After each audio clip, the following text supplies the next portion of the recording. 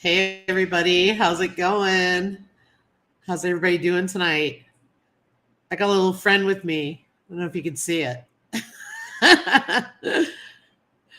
I've got I have little maple here on my shoulder. Not in real life though. I just thought it was fun. And Diesel's right next to me here. Hopefully he doesn't start barking. Yeah, shoulder piggy. I thought it was cute. That's how I can, yeah, it's hard. I can't get it any bigger. I've tried, but that's my little maple face. I love her. She's so cute. She's still here, and we'll talk about that. I just want to see who's in the chat, yo. Gwyneth Broke Cowgirl is Grout Tile, so it's iffy. Totally get that, my friend. No worries. Hello, Blue Pixie. Janice from Where to Begin Homestead is here. Welcome in. Charlie from Fallen Arkansas Veterans. Welcome in. Welcome in. Let's see here. See who else we've got here. Let's see if the people coming in notice Maple. Lisa Colovi's in the house. Thank you, Lisa Colovi, for posting everybody's links. Relax tonight. Post a couple links and just relax. We're going to do a laid back live. I'm not going to be on too long tonight. I say that, but then we'll have fun. But anyway, I'll tell you why in a little bit because I got stuff going on for tomorrow. Craig Tim is in the house. Hello, Craig and Debbie. Tom from On the Plant. Hello, hello. Hello, Arc Wildman Survival. Welcome in. Hello, Colleen. Or should I say Claire? I hope you're doing well. Hello, Denise, Green Granny 2. Welcome in. I hope you stay safe, Colleen. I'll be thinking of you, sending prayers for you. Colleen's in Jamaica. Everybody's to say some prayers for her.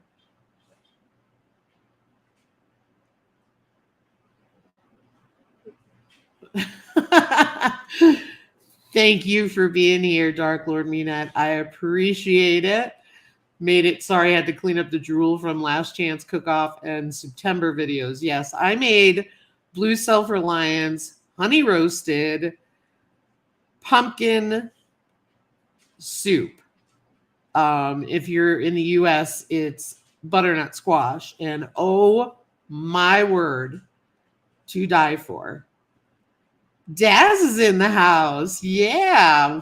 All right, we can get going now. Welcome in, Daz. Yes, Lisa. At least Maple will be quiet. Maple's hanging out. Hey, Dysfunction Junction. Welcome in. Welcome in. You see Maple. Xander.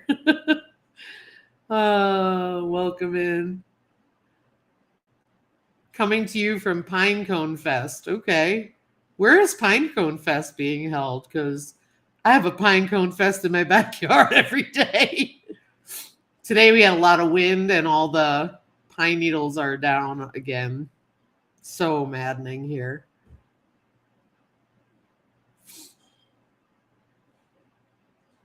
Let's see here.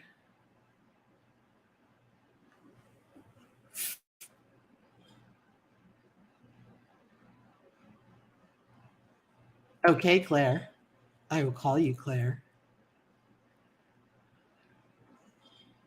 I loved it. I loved it, Blue. It was amazing. It's a hot soup, and I was telling Blue that it brought back memories because my dad used to make a butternut squash soup that was to die for. And she had in her recipe a tablespoon of chili flakes. And oh my word, it gave a little bit of a kick. It was excellent. Excellent. Tiny Tim Posey's in the house. Hello, hello, hello, Don Ray B. Dawn, I left you a comment on your latest video about the dried beans. I was curious about them. That was really cool. Yeah, that soup was to die for. Highly recommend it. Yeah, it would be good cold too. And Tom and on the plan, I think I said hello to you. I wanted to make sure I didn't forget you. Hello, hello. I'm trying to get through the comments. You guys are typing up a storm. Mount Vernon, Texas. Cool, cool. Yeah, sure. You'll have to pay freight though, Dark Lord Minette, because I have a lot. I have a super a lot. That's all we do is rake up pine cones and pine needles. Hey, Buckeye Prepper, I'm so glad you're here. Welcome in. No, I totally get it. Thanks for saying hey. I hope you're doing well. It's good to see you. I think I made it to the end. How about that? So yeah, so you guys notice anything different about me? Those of you who just came in? I've got Maple with me. I just thought it was funny because I usually have my logo, but I was screwing around, and when I was setting up the live to change it back from the Homesteading Academy, because we recorded another episode this week. Yeah, I was like, ooh, I can put Maple on my shoulder. So let's see what's going on here this week. Let's see. So the two piglets, Rambo and Porky, have left. They left last Saturday, and they're doing really well in their new home. And there's a little boy involved, as well as some older girls and their parents. But the little boy is over the moon to have Rambo and Porky there. And he's just, I don't want to, infringe on their privacy. So I just want to say, what a great home they went to. And Maple and Pumpkin are leaving on the 30th. And they also have an amazing family. So that's really cool. And I think Sunday we're going to start weaning Norman and his sister, which is Fiona's litter. Hey there, Tina Ladybug. And so we're just like, all of a sudden everybody's going to be leaving, because once they wean, about a week later, we will send them on their way. Hey, Robert's Garage, welcome in. A fellow Dakotan. He's up in North Dakota. Yeah, but the little guy, oh gosh. It just makes my heart like thump, because it is just the cutest thing in the world that little guy is just so happy to have them. So sweet, so sweet. Fried catfish and tots. That sounds good, Charlie. Hey, Andy at Brooklyn's Honeybees. Hope you're doing well. Hope everybody's doing well in your family. Hey, Ariella, Viking Venture and Victuals, and the Fix It Lady. Welcome in. Welcome in. Hope I got everybody. And did I see that right? That Dark Lord Minette said it snowed for 2 days. Are you in Siberia? Because I haven't even gotten snow yet. I can't believe we haven't even gotten a frost. Doug at Appalachian American Homestead said he got a soft kind of frost. I was like, dang. But yeah, so it's just really, really exciting to watch the families, pick them up and be all excited and stuff like that. It's just so cool. Well, we're gonna miss them. We're gonna miss them. No, I know you're in Nevada. I know you're not. Or Nevada. I get made fun of the way I said it, but Wow. Wow. Alberta, Canada had a frost in August too. Wow. I swam Wednesday. Today it's 58 degrees. Yeah. We had 46 degrees yesterday all day, and it was like, oh, so the wood stove's running already. I caved. Try to wait till October 1st, but we made it about 3 months. So without heat.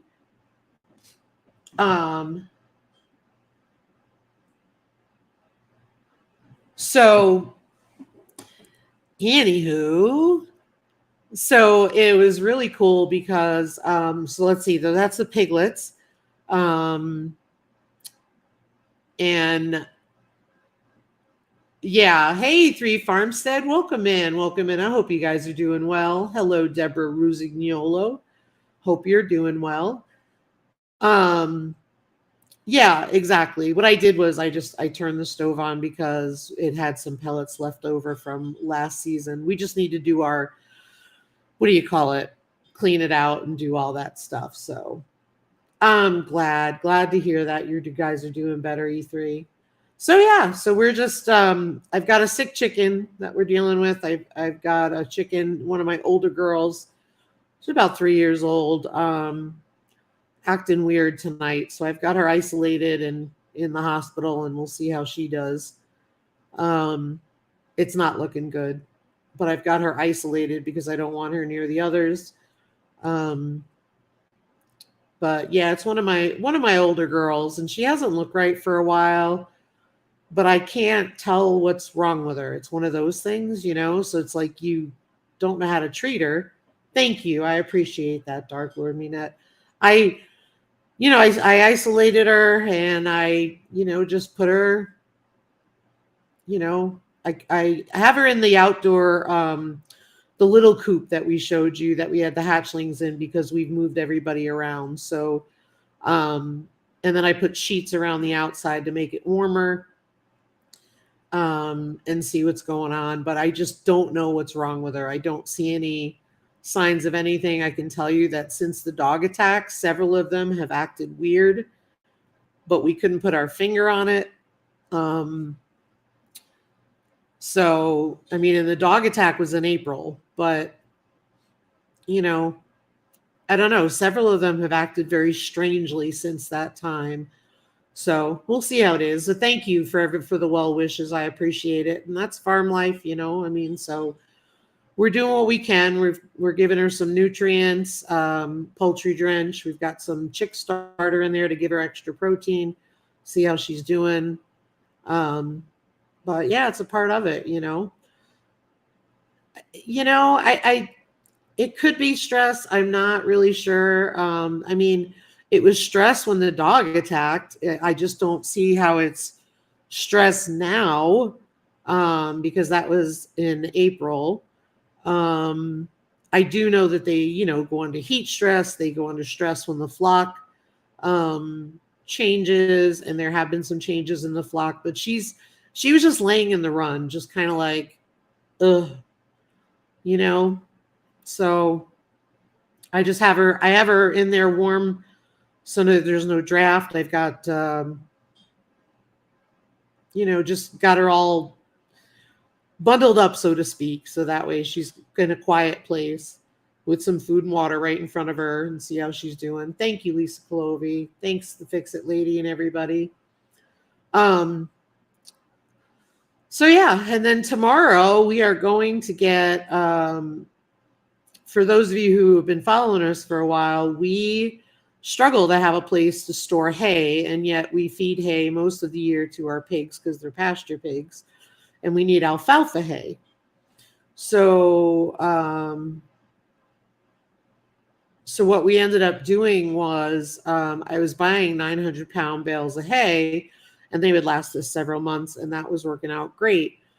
Well, if we have a dry year, that works out great. But even last year, I had a problem because we had some mold in the hay, and I had to throw out almost the whole bale. And that was really frustrating because that's expensive. So I found Jessie at Rustic Sodak Farm in South Dakota. She's also an Instagrammer and a YouTuber. And she had some bales of hay. And so we're getting 40 bales of hay tomorrow, which at a good deal. And so we're going to drive just about an hour and 45 minutes to go get it and bring it back. And the good news is we can fit about half of it in the horse trailer that we have, which is a stock trailer. Hey, Annette, Annie's Urban Kitchen, Annie's Kitchen, sorry. Hey there, Slava, Kitchen Garden Therapy, welcome in. So then we have a trailer, and so we're going to try and figure it out from there. So basically, we're going to get some and then figure it out. So, but that's what we're doing tomorrow. So we're going to be getting up really early and, get that going on so we can actually get our hay, get us to jump on the hay. And I mean, that should get us through December. So with our 4 pigs and then Norman, so that'll be 5 pigs because the other piglets are leaving. Because let me tell you, the piglets go through hay like none other. I could throw a flake an hour in there and they're eating them. I can't believe those little ones, and their bellies get huge. You know, when you have babies and they're in diapers and they eat and their bellies are hanging over their diaper, I'm telling you, you wouldn't believe how big the bellies get on these pigs when they eat. So funny. You never had salmon, Charlie? Oh my gosh, it's so good. So good. Hey, Paul's Green Space. Good day. How are you? Hey there, Frank and Jackie from Berkshire Farm. Welcome in. Welcome in. Hope you guys are doing well. Hey, our cabin in the woods. Welcome in. Good to see you too. Appreciate you being here. Just want to make sure I didn't miss anybody. So I had posted in the chat earlier, if anybody wanted to come on, I needed to know who you were, just because I have to be careful because there is some weird stuff on YouTube. Hey, Gathered Together, welcome in. So if somebody wanted to come up and join me, you're welcome to. I just need to know who you are and I have to see you, so to confirm it's you. And if you send me an email on my About page, I will send you the link. So I'm just going to take a look, see if anybody's there. Sounds like me when I eat. That's funny. Oh, sure, Des. Well, either way, I mean, there's plenty of room. I just wanted to offer it up. Let me just send that real quick to Des. I can probably do it right from here. It'll be easier. Bear with me, guys. Let me just send this to Des. Add guest.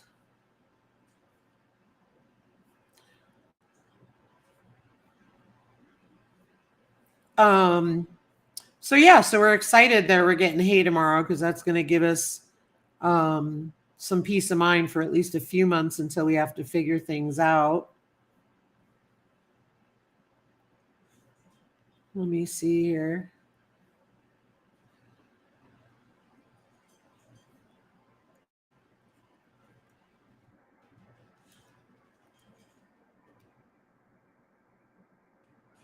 Daz, I sent that to the one that you, me, and somebody else are in on. I was in the wrong chat. So you'll know what I'm talking about. The chat you just commented on Instagram. But yeah, so okay. Are you sure, Blue? I didn't think you wanted to. Okay, hang on, Blue. All right, guys, hang on. We're going to have some guests coming up, and then I'll look and make sure I didn't miss anybody else. Let me look up Blue. There you go, Blue. Hey, Gwen, welcome in. Break time. Enjoy the break while you got it. Hey there, our treasured home. Welcome in, welcome in.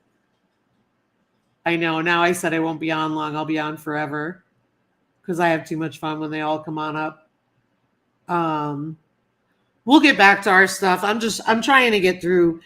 I'll try to have guests on again. I haven't had the time to reach out to people because we're trying to tie up loose ends. We've really got to get the pheasants processed. So we've got 12 pheasants, and believe it or not, we've got 6 males and 6 females. Super excited about that because the males are bigger. And then we got to do the turkeys. And then once the piglets are gone, we're going to be back down to pretty much all the animals that we keep and overwinter. I know, Barb, there's a piggy on my shoulder. I put that on there earlier to see if anyone would recognize that I've got Maple with me tonight. I was playing around earlier when I was doing the homesteading academy. Hey, Crubby the Beagle. Hey, Kettle Kitchen. Welcome in, welcome in. Yeah, we're winding down. We're winding down. I'm no busier than anybody else this time of year. We're just trying to get ready, get going for the winter, reduce our animals and get everybody closer, because it's easier when they're closer to the house, both snow-wise and also water-wise. I just want to go to the chat real quick. I hope I didn't miss anybody. Oh, Lord, help us all. Daz, Lisa, and Aunt Blue. No one will have a drink. Well, you'll be choking on it. No kidding. Let's see here. Just want to make sure I got everybody. Oh, my gosh. Yes, it's my support piggy. Hey, Leanne, Mennonite Farmhouse. Welcome in. Glad to see you. Yeah, so I got my support piggy with me. I would love a support piggy. Let me tell you. I want a house piggy. But I've decided that I'm going to wait. So there's somebody behind. Oh, no worries, Leanne. Take your time. Take your time. Something must have happened. Lisa isn't here yet. What do you mean, Charlie? I'm confused. I'm right here. All right. Are you ready, my guest? All right. Here comes the pixie. Uh-oh. Hold on. Oh, bless. I have to move the piggy around. How's that? That's cool. That's awesome. Isn't it awesome? That's so cool. Yeah, oops. And hello, Tiny Tim. I think I said hello to you, but I'm so horrible sometimes. I'm sorry. Blue is eating my piggy. The support piggy was on her mouth. Here. I was cuddling Piggy. Here. How's that? Tickle Piggy. So fun. Oh, I'm going to miss her. I am going to miss this little one. She is gorgeous. She really is. She was, I have never seen that color before. It does exist. I've seen it since, but the brown and white, and in her brown, darn dog. Bad dog. He's such a bad dog. He's such a gorgeous puppy. Hold on a minute.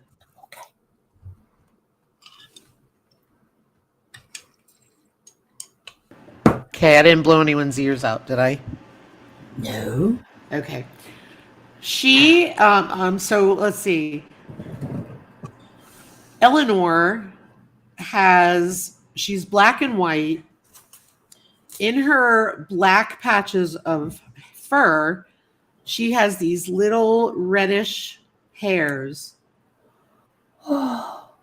So if you look closely, you see it, and it's kind of wild. Well, then when this little girl was born, she has the same thing. She's brown and white, almost like a brindle dog or something, you know. Oh, And she's got those little red hairs. They're so cute. she's Oh, adorable. we've got another guest here. Are you ready, guest? I need a thumbs up from my guest backstage. Oh, okay, not yet. And Lisa Colovi, you're being asked a question in the chat. I will be there. I know, I can't believe it's October already. I can't believe we're heating already. Ugh. But yeah, she's got a really beautiful coat, and we were gonna keep her, Mm. but then somebody wanted to buy her, and I said okay. And now I'm like, but it's all good. Oh, she's going to a good home. That's a good thing. Yeah. I am thrilled with the people that we found who bought ours. Oh, okay. So you giggle at bad dog. Well, you should live here, Ariella. Okay, Daz. Here he comes. Uh-oh. Hey. There it is. Hang on. Wait. Hang on. I'm trying to. Hang on. Wait. Oh, this is so difficult. Doing it the opposite. Get you, go. Get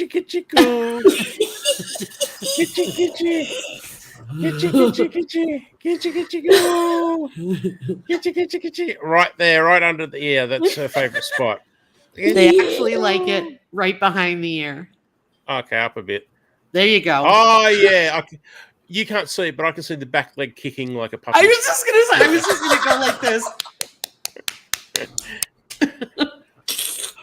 Oh, there you go. Oh, Lisa Colovi said now the party can start. Daz is here. Oh no. Yeah, g'day everybody. G'day Lisa. G'day Blue. Hey, G'day. Oh, sorry it took me a while, but hey, this makeup takes ages, but I got it on. I see that. Yeah. Oh, I'm debuting my new glasses. Look, I got new glasses. Fancy. I noticed that when you were backstage. They look amazing. Oh, you know what? You can't see, but see how it's got the green screen effect down the bottom? Yeah. Yep. That's because they have this really cool light green, like faded light green that comes in from the black. It looks awesome. That's apparently, awesome. Yeah, apparently they're number 5 of 50. I have no clue what the brand is. But yeah, apparently I'm really hip and cool because I have number 5 of 50 of these. Oh my gosh, that's funny.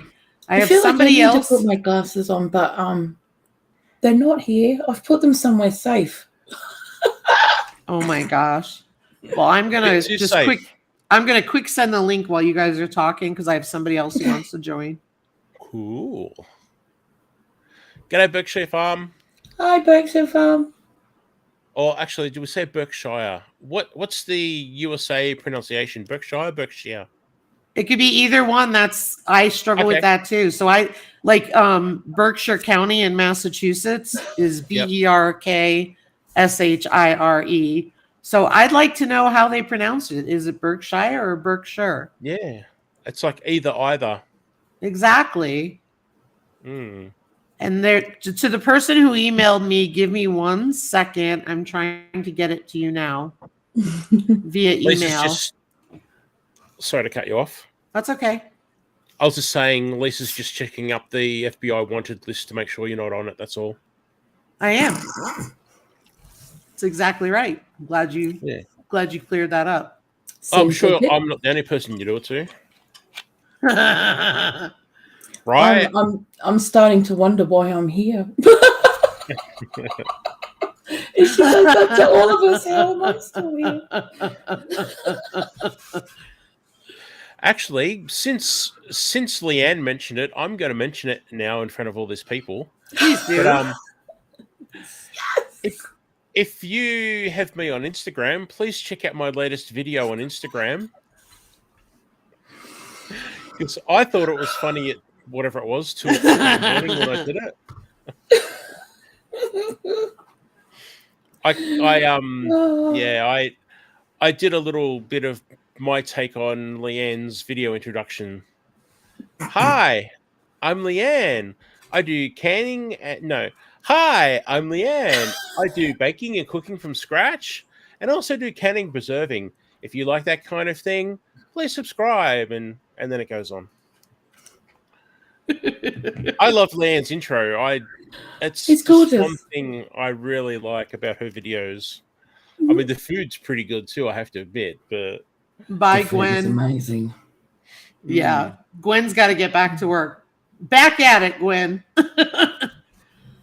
So did I miss anybody in the chat while I was sending that? And I sent that email to you, person who emailed me. See, Leanne, look at chat, Leanne. Dark Lord Minutes, Leanne's eye roll.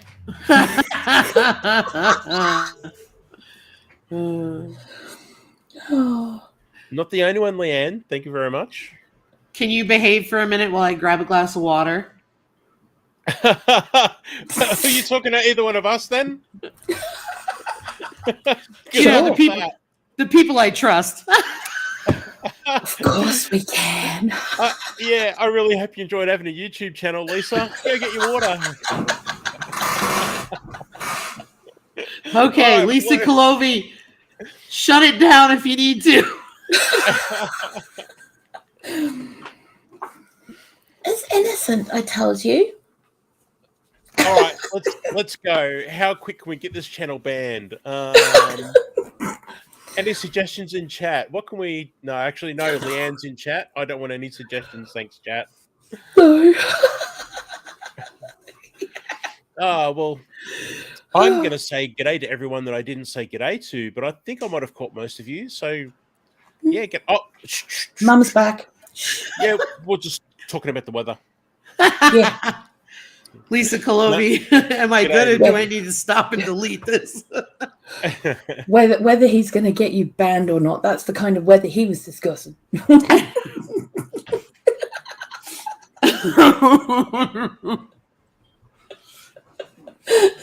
That was so close to a spray. It's not funny. Poor Maple. Should I move her? Oh yeah. Hang on. The leg's kicking up. Can't go there. My chicken will get jealous. Oh, hang on. Hi, I'm Maple. Hi. Wait. No, put it back. That was good. Hi, and welcome to my live stream. It's a bit little. No, it's a bit little. I can't English like Daz. There you go. But hey, I'm a pig. Shouldn't be able to English. Hang on, I can't. Bless. She's adorable. She really is. There you go. Here, lady, we can make her bigger so she hangs out with us. See, but then I can't. If I make her bigger, I can't move her. You just sent it from Australia to England. That's pretty cool. I know. Here, there you go. Pig. Hello, Mrs. Lazy Days Ahead. Hello, Lazy Days Ahead. Jesse and Lisa, congratulations. Oh, do you want her closer, Daz? Here. Oh, no, I was just saying that was our other guest. Our other guest is That's right. in their own panel. Yeah. Mm-hmm. And Lisa Colovi said no, so she said I'm good.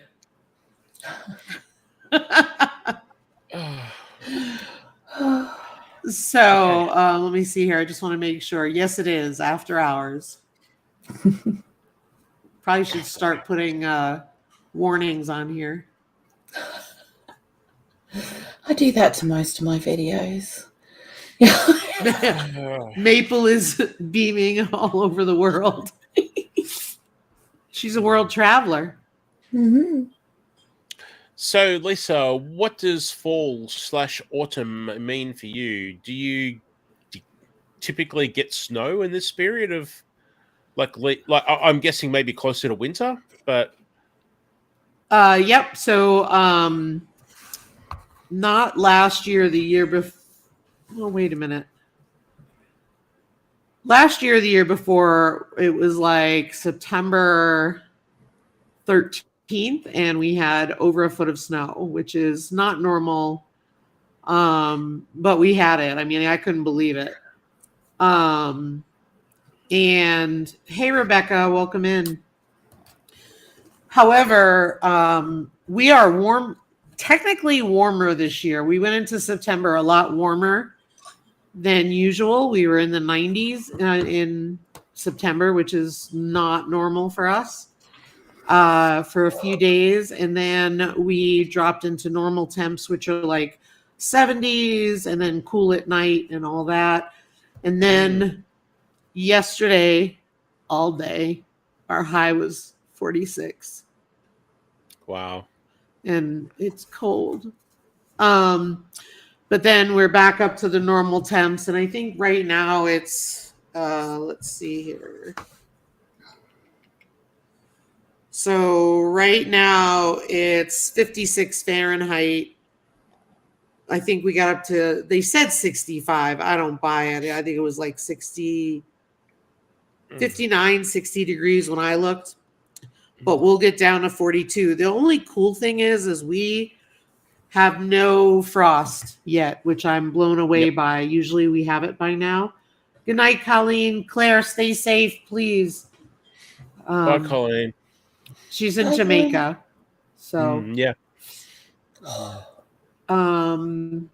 So yeah, but I think fall for us is, I mean, just typical to a lot of homesteaders, like aside from weather, we're winding down, just trying to get back to only the animals we will have for overwintering. Yeah. So we still have a lot more animals than we normally have, because the pheasants, we want to give them a chance to get as large as they will get. There's I think they're 17 or 18 weeks now, and 16 is adult, but the male pheasants are still getting coloring in. So we kind of equated that with waiting for them to reach maturity. I don't know if that's right or not, but that's our first time raising them. But pretty much. I was saying earlier, we have 6 males, which is good because they're larger. And we have 6 females, and the peepers worked out really well because nobody's fighting. Well, that's so now is there, when do you, oh man, it's such an easy question. When I ask it, you're going to laugh at me. I'm trying to think of the way to say it. And now you're probably thinking, wow, what's he going to ask? Firewood. Is there a time when you and Ryan start looking at firewood for winter or the end of fall? Like, do you have a store already? What's the situation there? Because obviously firewood's going to be very important to you guys in the coming months. So we don't burn firewood, and the reason why we don't is because but there's a reason why, so it's okay. A lot of people ask that because we did have a wood stove. All that we have here is pine. And for those of you who burn wood, hardwood is better to burn because it's cleaner and it's safer. Pine is softer, leaves a lot more residue, and quite frankly, we found it more dangerous. Yep. So people do it here all the time, though. Don't get me wrong. But we are very safety cautious, if that makes sense. Yeah. Hey, Scott. Sorry to cut you off. That's okay. All we have is ponderosa. All we have is ponderosa pine, and we can get it from the Forest Service for free. The problem is we've had 2 incidents where the house has filled up with smoke, and we never had those issues when we were burning hardwood.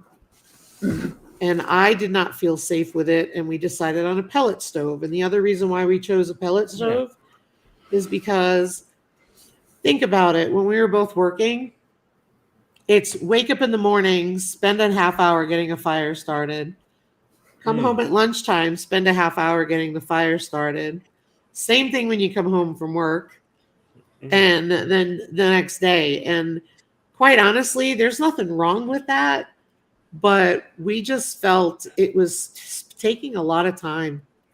Yeah. And we were always cold, and we did that for years. Yeah. So the pellet stove, we have already obtained two pallets of pellets. So that is, we usually use 4 to 5 for the winter, depending on how bad it Okay. is. Yep. That's our only source of heat. And we have 100 bags right now, which is 2 ton. Ooh. Okay. Yes. Sorry, I totally forgot. I It's okay. totally know. Yeah, I totally know that you have the pellet stove. Pellet stove. It's more Totally forgot efficient about it. and it's safer. I really do feel it's safer because I know I was home by myself. And I mean, Ryan had just, I'm looking over at it because it's next to me, but Ryan was literally, he had just cleaned the chimney out, and we had the start of a chimney fire from the creosote in it. Wow. Wow. So, and yes, Leanne, we are stocking up. In fact, we always buy our pellets at the beginning of the season, so we have enough to get us through the whole winter, and that's why we buy them early. And we actually just hooked up for the last 3. Yep. So you briefly touched on it then. So a pellet stove is more economical and more environmentally. Is it? We won't go there. We'll talk about something else. No. I mean, hey, little Frenchie. And yes, Paul's green space. I agree. When you live in a state like this, you are going to pay a lot for heat. Let's just call it what it is, right? Yeah. You know that. My house has electric heat. I do know how expensive that is. And that's not happening. Yeah, right? Absolutely. Yeah. So the pellets are I think they're $260 a pallet. Okay. I just was told yes from Ryan. Yep. $260 a pallet. So, I mean, if you think about that, we're going to heat from yesterday till June. So it's not even like in Connecticut where we had 6 months we were heating. So we're gonna heat more. So I don't think it's that bad. And the new windows we have have actually made it cooler in the house when the heat's not on, because they insulate so well. It's warmer outside some days, and I have to open the windows. Wow. So then a wood pellet stove, are they comparable in price to wood burning stoves? Are they cheaper? Are they more specialist? I'm not sure. I think they are a little higher priced. Hey, Stars and Stripes. Yeah. Sorry, I'm asking all these questions because it's not something I see over here. Pretty much wood burning stoves are it over here.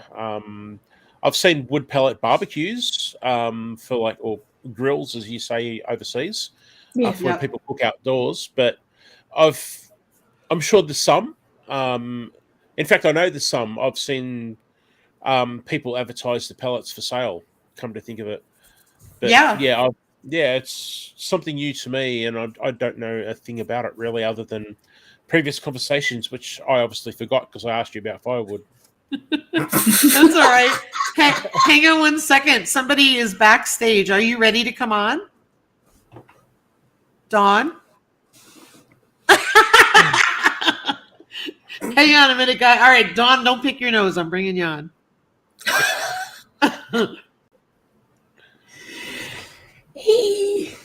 Hello.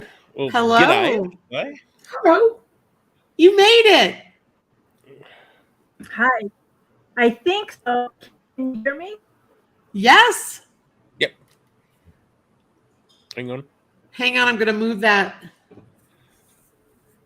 Hang on, I'm going to move that thing. The ticker. Hold on. How are you? I'm doing great. How are you?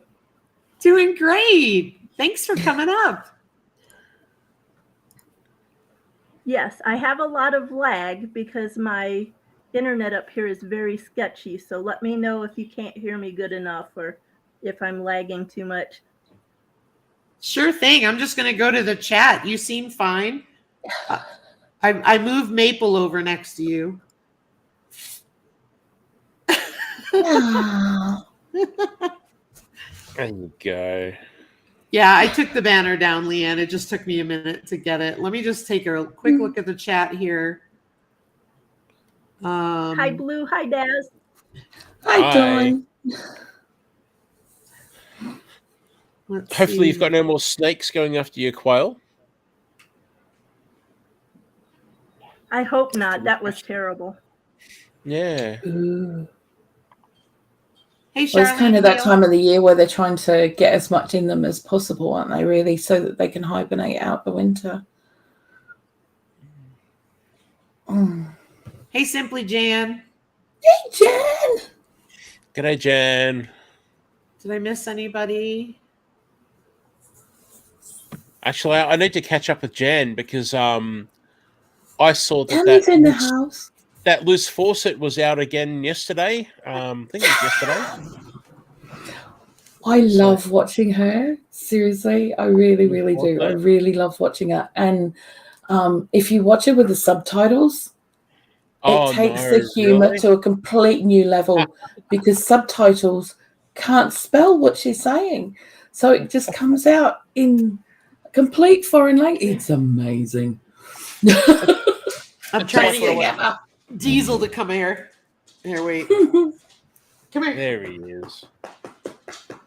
Yay. Hey, Diesel. Oh, I can't. Oh. I'm trying. Daisy, come here. Up. Up. Come on. Can you get traction? Up. Nope. Yeah. That's a good point. Yeah, that's a good point with traction. He's probably skidding on the floor. Ryan just clipped his nails with our excellent fail-safe method of doing it. I wish I could do it with the pigs. Did he do Diesel's as well? What's that? Did he do Diesel's nails as well? Well, he did Diesel's nails. I wish we could do the pigs that way, but how he does it is he puts peanut butter on a plate. He didn't invent it, obviously, but he puts peanut butter on a plate, not a paper plate, we've learned, because he will eat the paper plate. But puts peanut butter on a plate, and Diesel licks the plate like crazy, and Ryan does what he needs to do. Now, if we could teach the pigs that, it would be so much easier. That would be very cool. Oh, thank you. Hey. No. No. We lost Dawn. She left Maple, though. Thank you. Oh, she's back. Oh, good. Welcome back, Dawn. I hate Mountain Grandma. And let me just hold on one second. Sorry. Oh, that's all right. Just because of the lag. I just want to look real quick. Hey, Carla, living a rogue life. Welcome in. We'll make sure I didn't miss anybody. That's what Lisa does for me when she wants time for herself.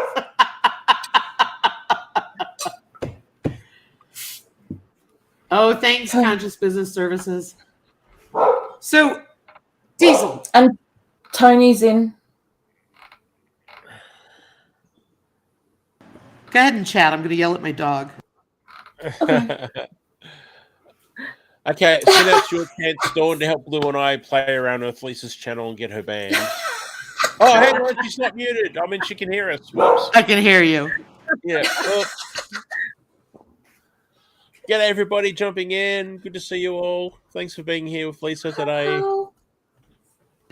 He's so bad. So earlier when Diesel barked earlier, my dogs were barking, so I had to put them in the bedroom. Oh. I didn't want a barking contest between Diesel and my dogs. He's like looking at me right now and he's going. There he goes. He's so bad. He's such a Diesel? good dog. Diesel, you want an EGG? Diesel? EGG. Oh. He knows. What have we done? I get it. He's all right. He's a part of the family. He's a pain in the butt. Oh, it doesn't anybody minds at all. He yes, he knows what that word is, and Daz saw it because one night I showed Daz after a live what Diesel does. If I say, "Do you want an EGG?" with a Y on the end. Oh, it's with Y on the end. He will jump up off the couch. He will jump off the couch off from a dead sleep for one, because he loves raw EGGs. Mm. Hey, Freehandly Maid, welcome in. Yeah, so, and if I missed anybody, I'm sorry. Wow. Sorry to interrupt. I was just going to, speaking of that, I was just going to say, Leanne just asked you in chat how Blue Soup went. I was talking about it earlier. It was excellent. Excelente. Yeah, so anyway, yeah. So, and I wanted to say one thing about the wood. We would burn wood if there was hardwood here. The only reason we have the pellet stove is because all we have is pine, and I don't feel safe. That's me. Yeah. Okay, so that's really interesting. Yeah, it's horrible. It leaves so much residue. It's horrible. So, but it's all we have, and that's what a lot of families do here. If you go the other side of the state, there's hardwood. But like that's what's weird about here is I'm used to New England colors in fall. The only trees that turn here are aspen. Mm-hmm. We have some aspen, but mainly it's just pine trees, and they go from green to brown. So, Dawn, what's up with you? Work, snakes, baby quail. Cold. It's cold. Yeah, the nights suddenly got very chilly. The days are still very warm, but the nights are cold. And that's about it. Other than the work, I don't have much interesting going on since I got rid of the snake. That's a good thing. Mm-hmm. That's a good thing. Yes. I'm proud of you. I'm proud of you. I'm proud of me too. I thought for sure someone would find me down there passed out in the road down by the bridge. I was so scared. Oh, there was a lot of off-camera cursing, a whole lot. You do what you got to do when you realize you have to do it. Mm-hmm. Yeah, definitely. I think one time, oh my gosh, I shouldn't admit this. One time I was able to get a snake. What the heck was it? I'm trying to think. Oh, I was hanging laundry out in Connecticut, and I was on our back step, and I was hanging laundry out, or I was taking it in. I can't remember. And there was a whole bunch of flowers off to my left, and like lilies and stuff. And it was like a hillside. And so all of a sudden, this frog or toad jumps out of the lilies, and a snake is coming after it. And I'm like, I dropped the whole laundry basket because I'm like, oh no. And then I get out there, and the thing is all on the clothes and stuff. Well, of course, it's not life and death because it's my laundry, but I got stuff to do. So I'm out there with a golf club. I'm sorry. I did not do what you think I did to it. But I was able to get it in a different location. So with a golf club. Golf clubs are short. It was a driver. So you played 9 rounds and finally got far away enough by the 9th round. Is that what you're saying? Yeah. Yeah. We got so badly flooded in 2008 where we were living in Gatton up in Queensland that the water was, our house was on like 7-foot stilts and the water was lapping on the floor. Wow. Yeah, it was pretty awful, but it meant that all the older kids and myself had to have a snake stick and a bag of bags and a piece of 2x4. And they were told to keep the ones with the diamond head and the others got a short, sharp shock and back in the water. Because it was like we had to grab them because the first thing they do is grab onto whatever they can and try and get out of the water. But yeah. Wow. Because we had a wraparound deck on the house as well. So, yeah, there was like 2 people on each side. I can tell you right now, I see all these pictures of snakes in the nesting boxes on Instagram. People in South Carolina and stuff. It's a good thing. I don't have that because there probably would not be a snake population in South Dakota anymore if that was the case. I'm going to tell you right now. Because I'd be out there and they would not be making it out alive. They eat my eggs. Yeah.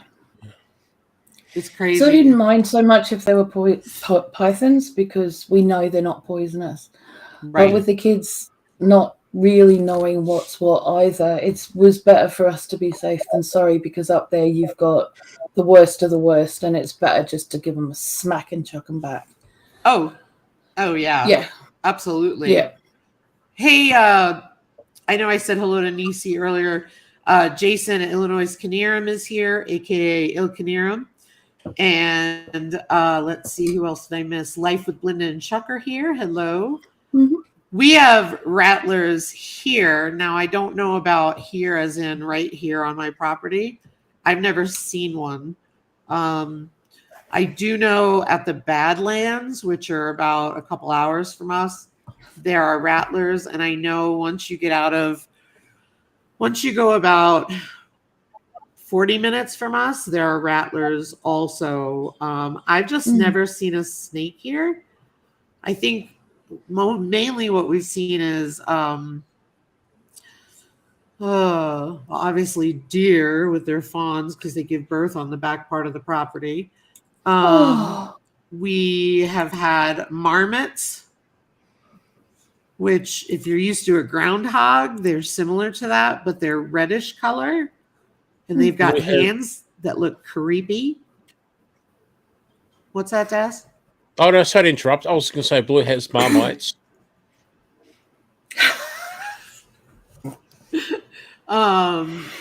They're kind of creepy. We're going haggis hunting in the next month. Haggis hunting? How do you hunt a haggis when, for anyone that doesn't know... quietly. You've got to be quick. Okay. They're quick. They're very little things. Oh, what? I was going to say, do like random Scotsmen run around with them in the forest, rolling them around the forest, and you chase them or something? No. These are wild haggis. And you're only allowed to hunt them one time of the year. What is a haggis? It kind of looks like a tribble. No. Yes. No. I'm looking it up. They are as real as drop bears. Isn't that like the what is it, snipes they talk about here? Blue just said they are as real as drop bears.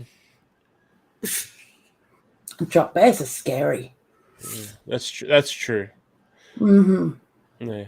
For anyone that doesn't know, haggis is a Scottish food of oats and stuff like that, and it's basically it's all wrapped up into a ball and boiled. Oats and it's sheep's hearts, lungs, kidneys, liver, an onion, and herbs and spices.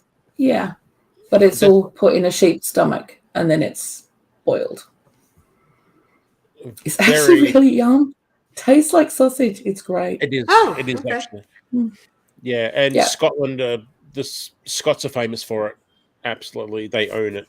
Well, yeah, because they just don't waste anything, because all of the good meat used to go up to the big house and to the landowners, and that's all that was left because, that wasn't good enough. Wow. So that's where it basically came from. Yeah. Yeah, I'm reading the chat. There you go. Dark Lord Menet says it all. Just read Dark Lord Menet's comment and away you go. Yeah. Wow. Yeah. G'day, Jason Ilkaniram. Oh, good night, Jason. But apparently you're not allowed it in America because it's got lungs in it. No, of course not. But Add it's like some raw milk and you got yourself an American controversy. Or some raw egg. My word. Mm-hmm. I'll just change the subject and say, Nisi, it's so good to be able to see you again, Nisi. Yes. She said your camera is so clear. It is crystal clear. Yeah, you've got a fancy camera. No, I don't. No, mine is the old the Logitech. Blue would know this. The Logitech, is it the C920? The streamer's famous Logitech from years ago. It's that one. Yeah, that was the best one ever. I mean, I've got the newest Logitech, and look how grainy mine is. Oh, because it's the makeup I use. I told you I was late because of all this stuff. It's my glowing complexion. To be honest, I probably could do with a clean. Sorry, Dawn, I'm moving her around. Hang on. I should just put her right in the middle so everybody can. There you go. She's got an itchy butt at the moment, so I'm just attending to that. Thank you, Paul. I appreciate that. Look at everybody. See, Dawn, now you realize how hard it is, right? To try and. That's right. I got the hand sanitizer too, so I'll just finish scratching the butt. There we go. Yeah, poor Nisi. She's like, did that pig move? Look at Annette from the Cow Emporium says, "What on earth did I walk into?" Why do people have that reaction when they come to our lives? I was gonna say by now, when you go to Lisa Yogihollowfarm live stream, you're surprised. And I wasn't gonna be on long, and I'm still on, so it's all right. I'm having fun. It's always fun here, though. Pet the pig night here. We've got that's little Maple, and I was changing. And Annette, good timing for Annette, actually, because I've got exciting news I was going to share earlier, and then I, squirrel or haggis, whatever.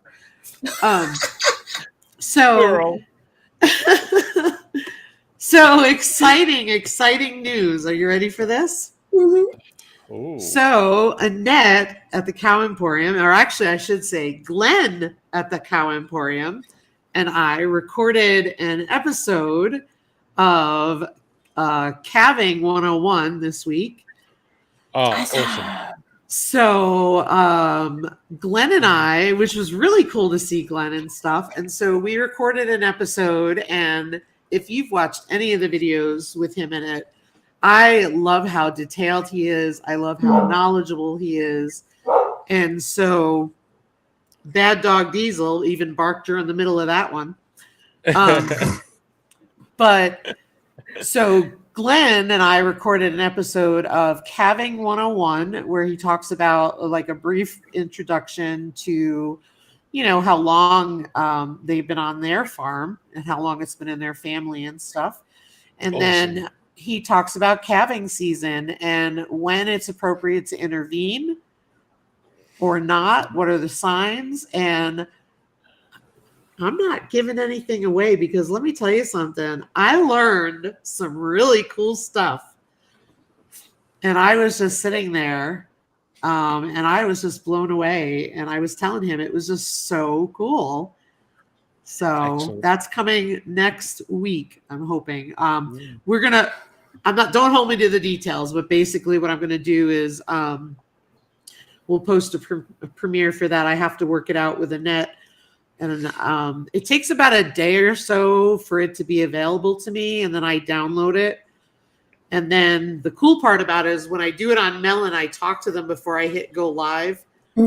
So that way I don't have to edit that out, which makes it easier. So I just have to watch it, review it, make sure it's appropriate. We look good. We don't look, nobody sneezed or picked their nose kind of thing. And then I repost it as a premiere. So it's pretty cool. That's awesome. Yeah. So, yeah, for anyone that hasn't seen, Lisa's last one was with Rich from the Old Sweets Farm with chickens. It was awesome.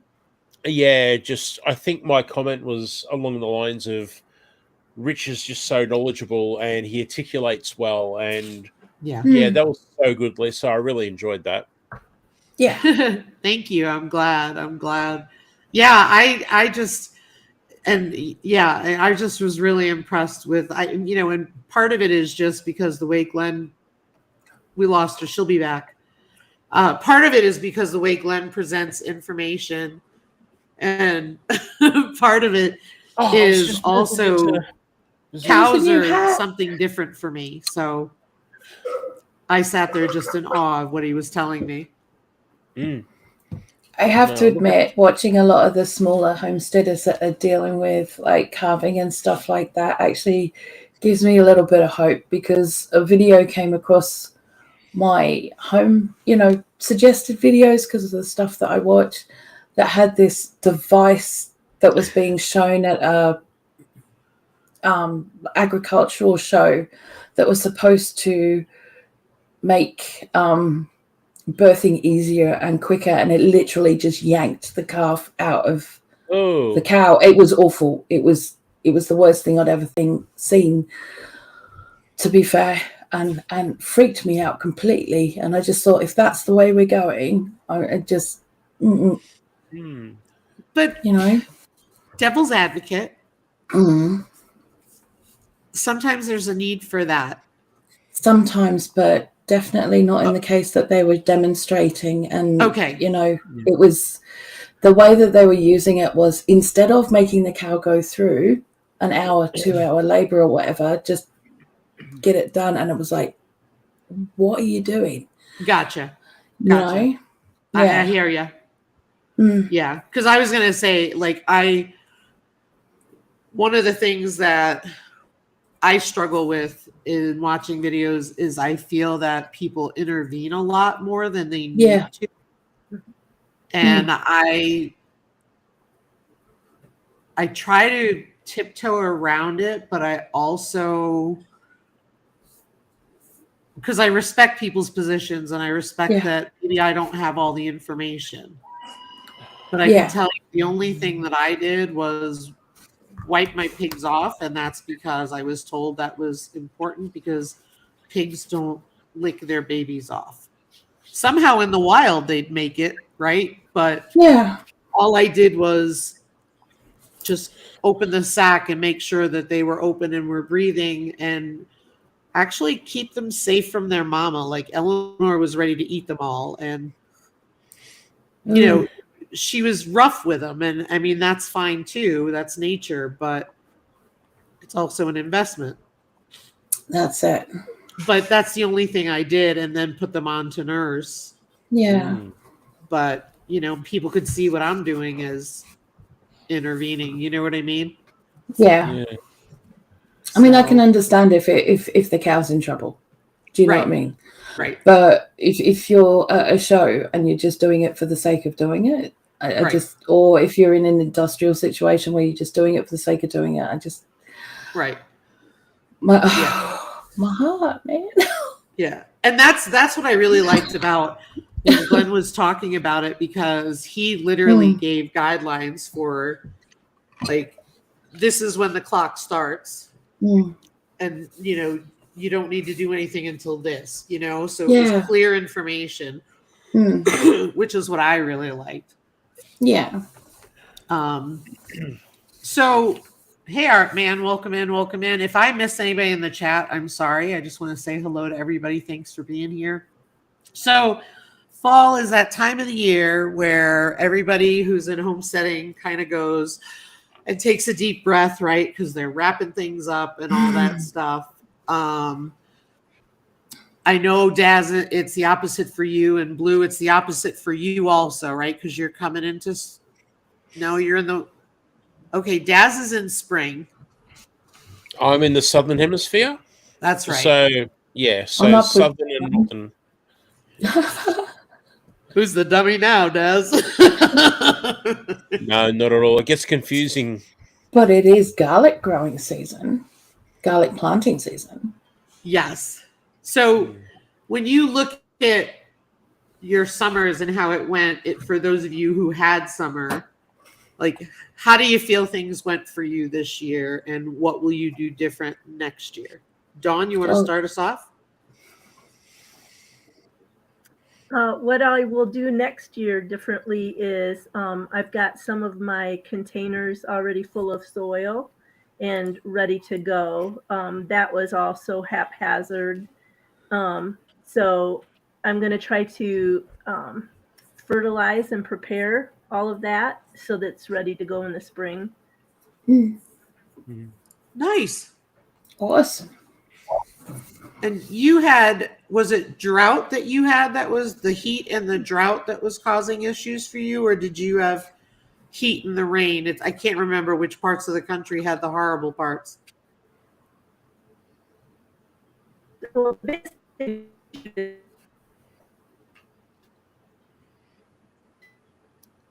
Oh, I missed all of that. Uh-oh. I think she froze up on us. We'll give her a minute. Pedal faster, Dawn. Pedal faster. She'll be back. Yeah, She'll be back. She'll be back. Well, while we're waiting for her to come back, how about you, Blue? I didn't get a lot done this summer. I'm not going to lie. I didn't. I didn't get much done at all. But I've got 2 red bologna beans that I'm really chuffed with. Ooh, nice.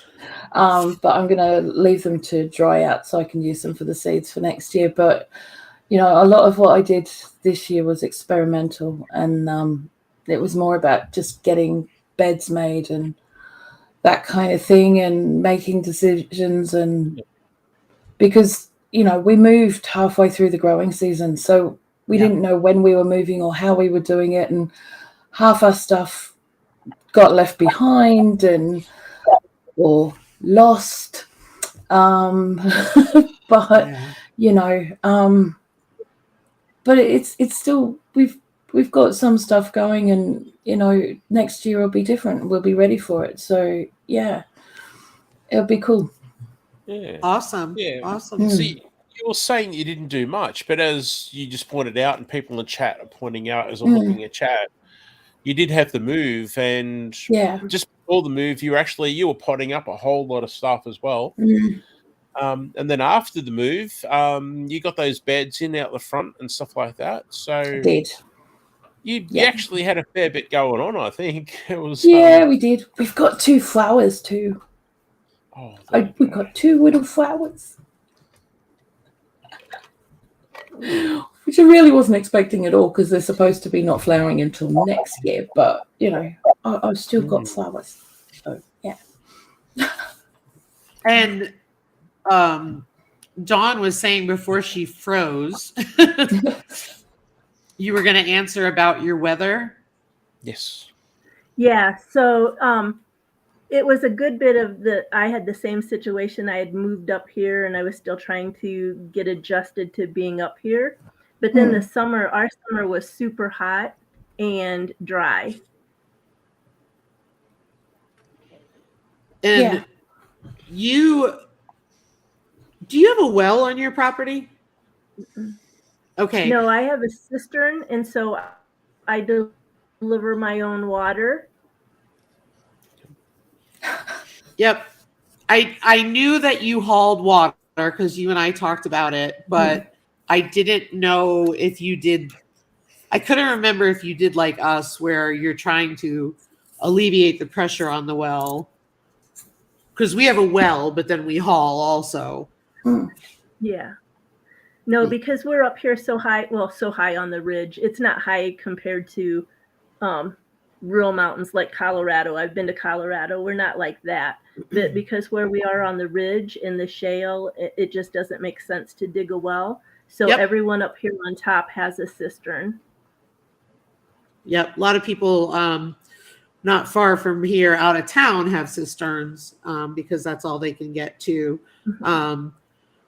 But yeah, it's crazy. I will say this though, all the hauling that we've done this summer and with the increase in animals, and you think about it, twice a day everybody's getting water, sometimes 3 times a day if it's in the 90s. We went through a lot of water. Yeah. And I didn't realize how, I'll be honest, I didn't realize how much until I'm seeing it. And every 2 days, Ryan's like, we need to get water. I'm like, yep. I mean, and so it was going pretty quick. It's sort of like rain catchment, and I'll be honest and that I was naive about it. And I feel so dumb about it. I thought, well, we hardly get rain. How am I going to catch water? Right. But what I didn't realize is the calculations for like the roof. Hey, Rhonda Towery, welcome in. You know what I mean? I don't know how to do that. And it's just not my strength. And so one day it was funny. We had a storm that we had not had in months. And all of a sudden we had a storm, and I turned around and I was like, we got those food grade drums. I'm going to throw it under the gutter. And the thing was full. And I was like, it rained for 5 seconds. How is that possible? It's amazing how it adds up. I mean, like, one of the lucky things that we've got here is we've got a 200-liter water butt that's attached to one of the downpipes out the back. So when it came to the hose pipe bans here, we were still able to water what we had because we didn't have any rain for like 3 months. Yeah. Which was really weird. Alyssa, I saw last year a really cool, I don't know who it was. I think it might have been, I think it was one of those suggested videos on YouTube, and it was a family that were living off grid and water was an issue for them. And what they did was so cool. They got tarps and they hung tarps between trees, and rather than have them go flat and fill up water, they had them tied between the tree. The bottom was then on a bit of an angle. And then they essentially, I can't think how they did it. They somehow, I think they might have folded the right-hand side up so it made a lip and almost like a funnel. And then they had containers down the bottom. And they had a bunch of them between the trees all around the house and the property. And, the rainfall would come and they were catching the water bouncing off the tarp and sliding down into the buckets. I thought that was great. That is brilliant. And I saw that recently, and I think it was the Wildings Landing or the Davis. Does that make sense? Not to me. I honestly don't remember the name. It was one of those, I'm sure it was like, generally I have a basic idea of who I've seen something on, but I don't remember at all the name or anything like that. Yeah, whatchamacallit, I saw it recently on Instagram because somebody was talking about the same thing and they were off grid. And I'll be honest, I have no desire to be off grid whatsoever. No, I don't.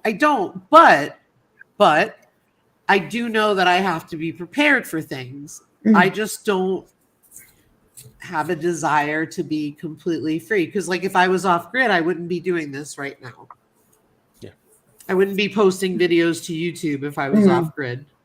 Or you'd just be pedaling very fast while you're talking. Yeah. You'd have a lot more hamsters running around. Yeah, because you're on grid if you're on YouTube. Yeah. That's a reality. But yeah, I just no. Yes. Actually, just if you don't mind me saying, Annette, I'm just looking up at my chat up here. Annette's talking about it's amazing what you can come up with heavy dews. I saw an awesome video where in the Middle East somewhere, they're putting great big tarps. Speaking of tarps, great big tarps up on between poles out in the desert, pure sand desert, like you could imagine a desert, and they're catching the dew and catching all that water during the night. Zero rainfall, but catching the dew on tarps is just helping the local people out so much with all that extra water. It's incredible. Yeah, it's like those mesh cages that those guys are building in Africa. That they catch dew and water just out of the atmosphere, and they're collecting something like 200 gallons a day. What? Yeah, wow, which is incredible. Okay. Yeah, I'll look that up, Lou. Thanks. I'm not aware of that. Yeah. I'm sorry, I'm answering one of my pig owners. Hey, Lisa, I think I'm going to step down because I think my internet's just going to get more and more sketchy, and I'm just going to watch from the audience. Well, but thank you. You're welcome anytime. Yes. And so just let me know, and you can come on up. And I like your sketchy internet, and I like seeing your face.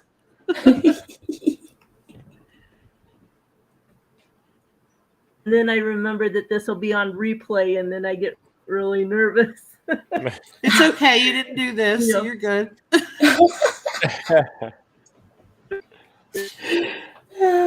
No. Upload the video in instead of doing it all the way overnight. If I put my phone on the deck while it's uploading, it only takes about an hour to get 4 minutes up. So I did figure that out today. Awesome. Great tip. I like it. And Charlie said, let me see. Dark Lorbinet said, thanks for coming, Dawn. And Fallen Arkansas veteran said, good to see a face to the name. And James at Where to Begin Homestead said, agree with Lisa. Nice seeing you. See, everybody was thrilled to see you. Yeah, absolutely. Oh, good. I'm glad. I'm trying to get more brave and branch out and do this a little bit more. So thank you for having me up. I never had any intentions on being a YouTuber. This was just for coworkers and family to see what I was doing camping up here. So yeah, here I am. Well, we're going to have you as a guest on the show soon. So get ready. Okay. Ooh, that makes me nervous. No, stop. Okay, see you guys. All right, bye, Dawn. Thanks for being here. Bye. So I'll take you down, Dawn, so it's easier for you. So that was cool. I know. I love her. She's awesome. Absolutely. I remember when I first found her account. I love it. Anyway, I'm all stuffy all of a sudden. I know the feeling. Yeah. So how about for you, Daz? So like you are heading into your productive season now, right? But you're pretty productive heading into it. Yep. Sorry, I'm about to mute myself. Speaking of spring, I'm about to sneeze. Hay fever. That's you. Sorry, everybody. No, it's all right. No, wait. Hang on. Hang on. Okay.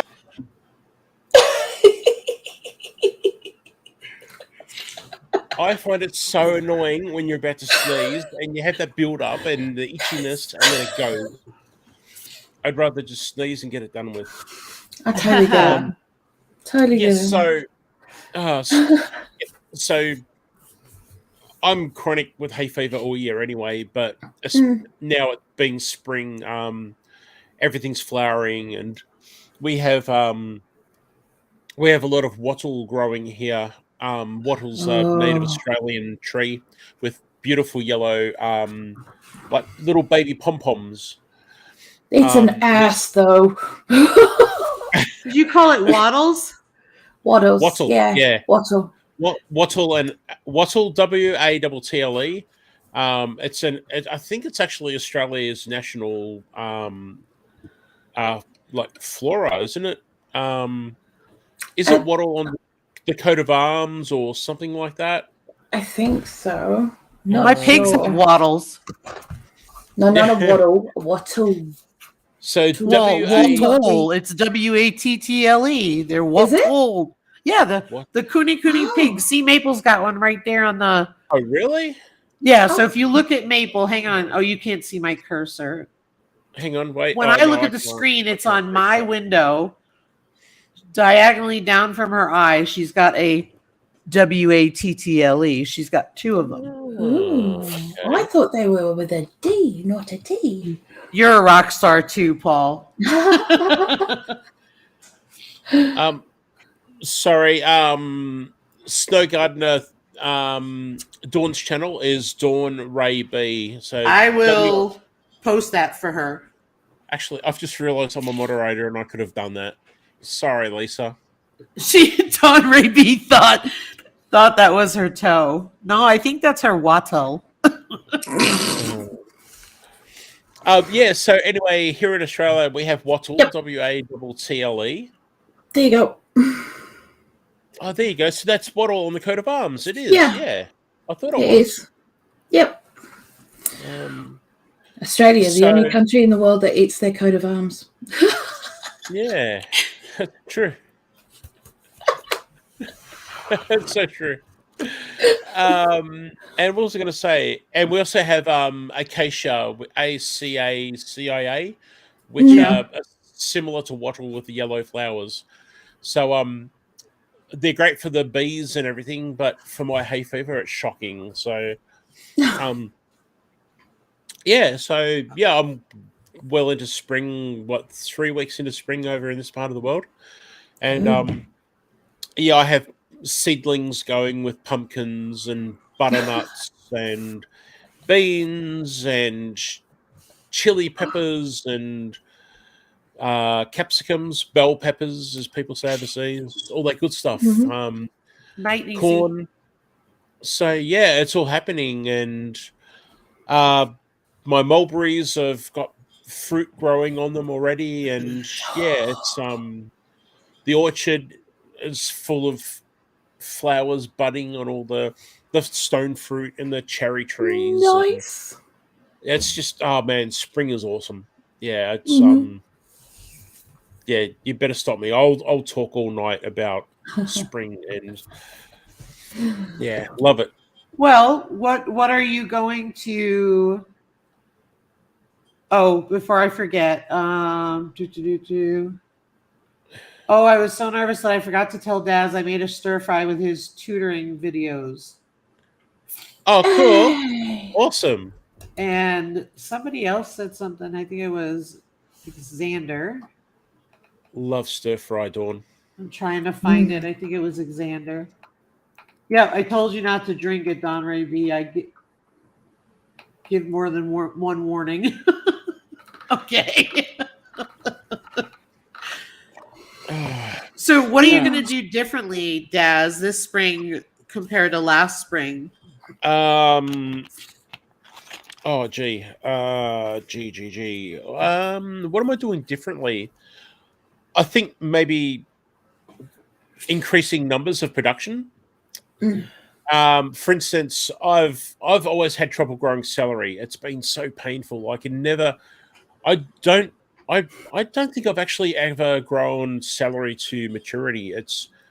I've come close, and I've got to the point where I've wrapped it to blanch it off and stuff like that. Yep. But it just went nowhere for me. But this season, I've got about 16 celery in 4 grow bags here in my entertaining area. I've got about another 25 celery growing out in one of the garden beds.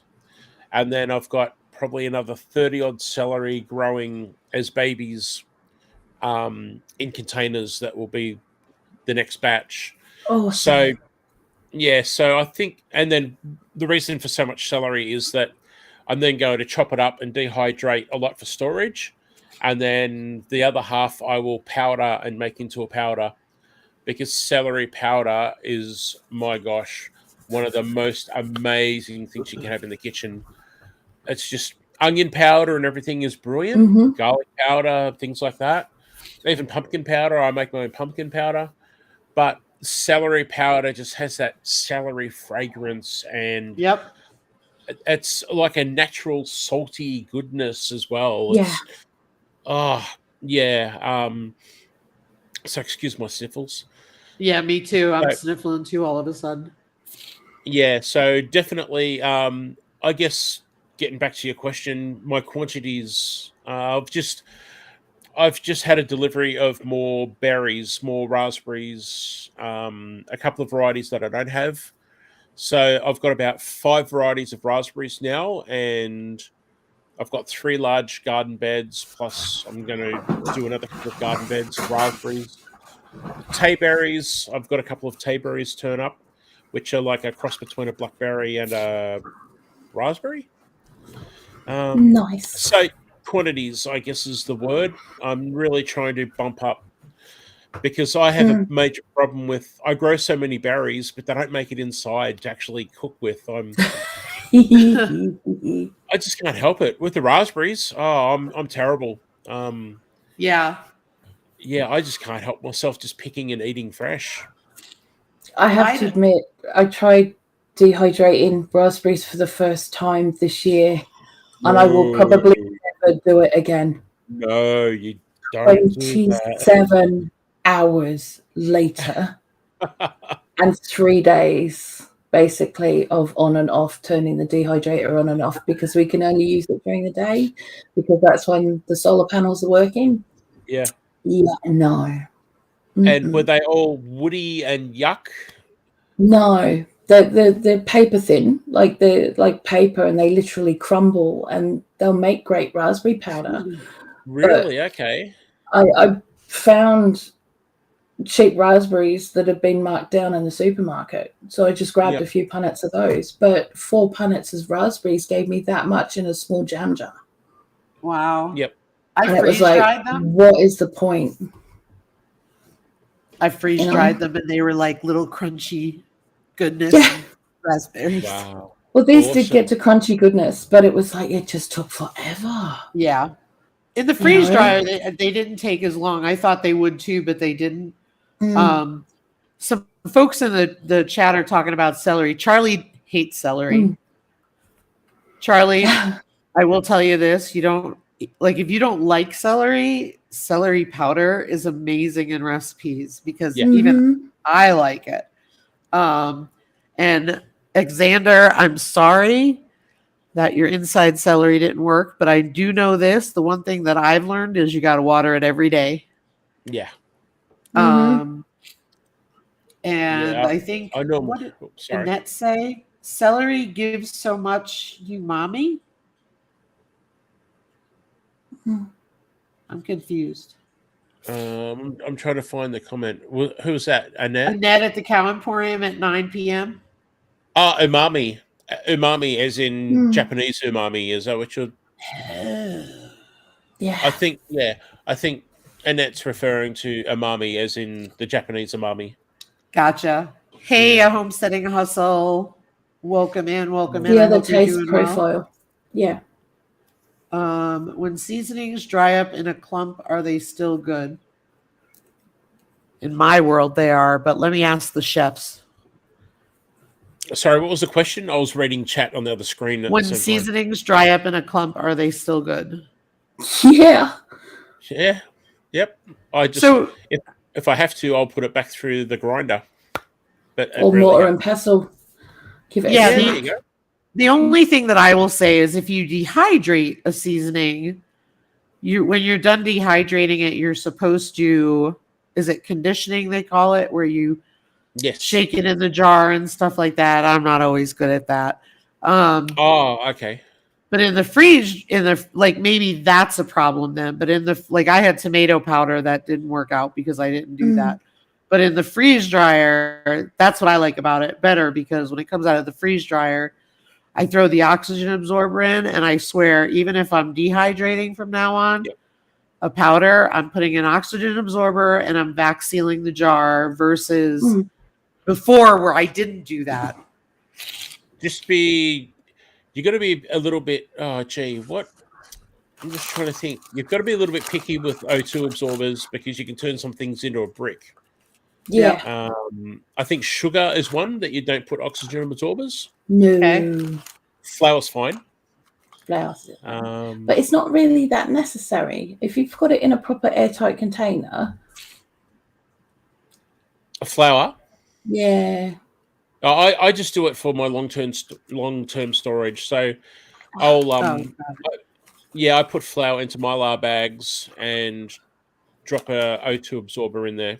Right. Yeah. And seal them up, and they just compact very nicely then, and then they're good for the next hypothetical 20 odd years if the need be. I would only do it on stuff that I've freeze dried, just because it's dry. I know it's dry, but sometimes for me it's like a safety blanket, because I feel like something is absorbing. Yeah. If there's anything in the jar or any air in the jar, even though I'm vac sealing it, it's probably overkill. Hey, zombie prepper. But like with the potatoes, in fact, Daz, you made a comment on my video about the potatoes going into the jar. And it's true. Like sometimes when in doubt, I just hit more dry time. Even with the dehydrator, when in doubt, it stays in the dehydrator longer, and because I don't want the moisture. And so the sliced potatoes, it's so ironic what a difference between the diced and the sliced and even the shredded that I did dried so quickly, because there's nothing in them except the water from the starch, right? But when I did the mashed potatoes that had the fat from the butter and the milk, it took forever. Like not forever, I shouldn't say. It took a lot longer. And of course, it won't last as long because of the fat that's in there. Yeah.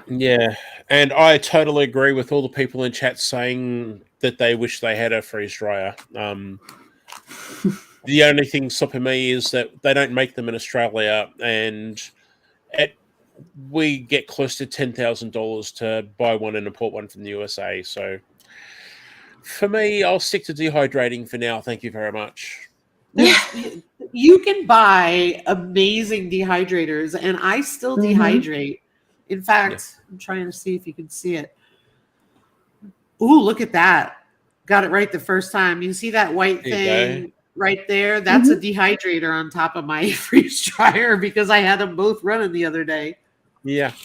Fair enough. I mean, I'd love a freeze dryer, but the electricity cost of running it, because unlike a dehydrator, you can't stop it halfway through. Right. You've got to keep it going. So unless, it was right in the middle of summer or something where we've only got like 2 hours of dark time, it wouldn't be something that we could possibly use. So that's a really good point. Agreed. Yeah. I have two dehydrators. Ryan has a good one that he got from Cabela's years and years ago, and we still actually just started using it more, obviously, the past 3 years. But I also know that there are freeze dryers here that some people have said are like in the $600 frame. I know nothing about them. No idea. But one of the things that I've noticed is, until I did the entire potato harvest, we have not noticed a jump in the electric bill. Yeah. Okay. This month, I had it running constantly with something, or the past month, I should say, and we noticed an increase of about $10. Wow. But other than that, we have not noticed an increase. And I think part of it is because I don't always defrost it. I shut it off to defrost it and then dry it out, rather than putting it on a 2-hour cycle. Yeah. Okay. There were times that I ran potato, like you're seeing the potato videos one at a time. Yeah. I did that all in a week. So there was the one time where I took one load and the next day one came out and I put the other one in. And when I went to hit start, it never defrosted. So it was ready to go. Yeah. Hey, Grafted Branch, and hey, Simply Jan. Simply Jan, it was only when I was running it nonstop every day. Okay. That it was a lot. I have a medium one, so I don't have a special, what do they call that? I didn't need the special plug. The large one needs the separate setup. I didn't need that. Okay. Yeah. Poor Rhonda Towery. She said she doesn't have a dehydrator anymore. It broke. I hate that for you. Oh, no. Yeah, my dehydrator, if we had it going for 24 hours, would cost £20 to run for the day. So that's why I only use it during daytime, when we've got the solar panels going. Wrong, yeah, but that was before the electric went up and before we had solar panels. So that's how I knew it. That's kind of, and since the electric's doubled now, that's how much it would cost to run. But I mean, like mine's a catering one, but that's how much it costs to run it. That's crazy. Yeah. That's crazy. Yeah. And I know people who have literally used gas generators to run their freeze dryers. Wow. Okay. I don't know how. I'd have to do research on that to make sure that's appropriate and doesn't ruin the machine. I saw that Janice at Where to Begin was saying she had somebody who had it and they've had problems. I've known a lot of people who've had problems with theirs. We had an issue with ours. Number one, the racks were upside down. And I didn't know this for the longest time. So you'll see my videos. You'll see the orange on the bottom. And so I got that fixed. We had a sight glass leak on the pump. So I'm still working with them on that. But other than that, I've been very pleased with the machine. I feel like it does a great job heating my house. Okay, there's that. No, like in the summertime, it's fine because we're cool. But if I lived in Florida, that would be something to consider. For me, it's no big deal because I started at 3 p.m, and it's done by the morning. But, our windows are open in the summer, so it's fine. It takes about 2 hours to defrost on its own, Charlie. And I just don't always do that. It says you can choose what you want to do. And sometimes I don't defrost it and I just let it drain. And I have a bucket below it. Okay. Fair enough. Yeah, it has a tube. And then it has where the end of the tube ends. When I open the valve, it goes right into the sort of like a basin, a dish basin, and then I dump it. See, what would I do if I spent all that money importing one and it starts to do, Where to Begin Homestead was saying, the glass on the pump broke and oil went everywhere. So it's not like I could call Harvest Right and say, hey guys, can someone come over here to Australia and just help me out with my pump? And they probably send you the parts in a manual. I don't even know that they would do that because they're not going to come to my house. Yeah, but Mark up at Self-Sufficient Me, up in Caboolture, he's got one from them. Yes. And he's had things go wrong and they've sent him the parts. So I didn't know that. Yeah. Oh, okay. Yeah. But is that though because he's a 1 million subscriber channel? I don't know. I think it's a good piece of kit. Do you know what I mean? So they want to not upset their customers, especially when it's a big, expensive investment piece. Do you know what I mean? Yeah. I just can't help thinking that Mark is one of the most influential gardening channels, homesteading gardening channels in Australia, and they're going to do all they can to make sure he gives a good impression of their products. And he probably got the machine sent to him, whereas I want to be clear, I bought mine. He did. I purchased mine for full price. I'll be 2 seconds. I just make it. Oh, sorry. I just think I heard a wild tanny bird, so I'm going to go and check. Okay. I'll Good luck with that. And can I just make it clear, Lisa, you were talking into your piggy's butt just then. You were using your piggy like this and talking into its butt. Oh my gosh. Janice said from June until this Wednesday is how long it took to get it back to. Yeah. Wow. Yep. And I totally get it, Andy. No worries at all. Yeah, I think they've gotten very large for their britches. Like, I've not had any issues with them. I think that the sight glass is something that I'm trying to figure out. Is it the end of the world? No, but if I spend all this money, I want it to be perfect. And can I just mention that Annette just said now, Mark has some influence. For everyone wondering, we're talking about Self-Sufficient Me. Mark is the Australian host of his channel, and in no way was I criticizing Mark. And in fact, I've got to say that Self-Sufficient Me has over 1 million subscribers, and he's a massive Australian channel. He's massive internationally.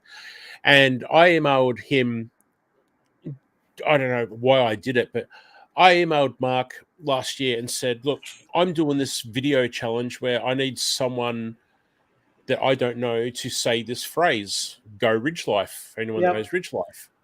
And go Ridge Life.